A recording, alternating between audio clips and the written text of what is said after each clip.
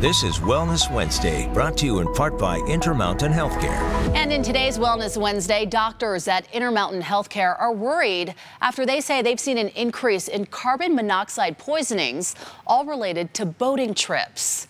I had the opportunity to speak with Dr. Lynn Weaver about the worrying trend.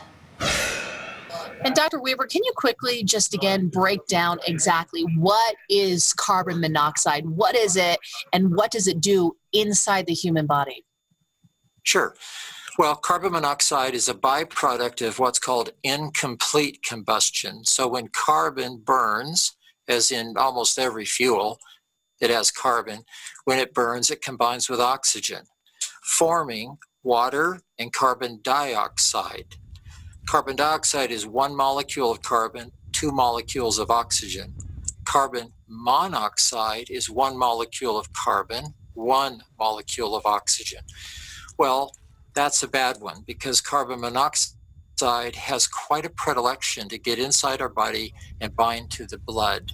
And it interferes with the distribution of oxygen carried by our blood to our brain and our heart in particular. So that's why people don't act quite right. They get sick, they lose consciousness, they can die. It's from a lack of oxygen because the carbon monoxide has bound up the component of blood, hemoglobin, that carries oxygen. In addition, carbon monoxide is very irritating to the immune system and can cause inflammation inside the brain as well. And that's why we often see lingering problems. Even in a person who had poisoning, they have apparent recovery. Sometimes they go on to deteriorate later on. So that's caused, we think, by the inflammatory contribution from carbon monoxide. Let's talk about some of the symptoms and signs of carbon monoxide poisoning. Well, I can give you an example. So one of the children that we treated went from being playful in the water with a smile on her face to unconscious in 5 minutes. She had no symptoms. How is that possible? If the dose, if the amount of carbon monoxide is high enough, there's no symptoms. You pretty much go from being alert to unconscious, and shortly thereafter you will die if that exposure doesn't stop.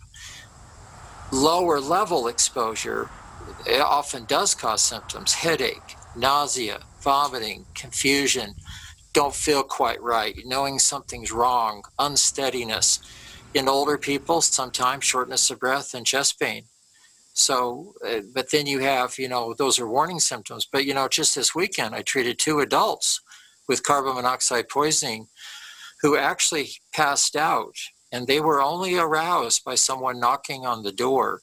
If that random event of knocking on the door had not happened, they may very well have died. What are a few tips you would give families, Dr. Weaver, as they head out with their boat to the lake this Labor Day weekend?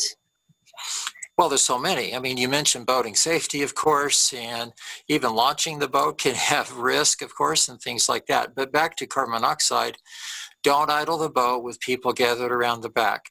Be very, very careful with people near the back of a boat, even under operation. I mean, if the wind is blowing, it's probably not an issue. If it's a calm day, it might be a problem. We've had poisoning even of people being near the back of the boat, and the boat was stopped in the shallows and people were waiting around in the water. So again, back to the warning, be very careful about operating a boat.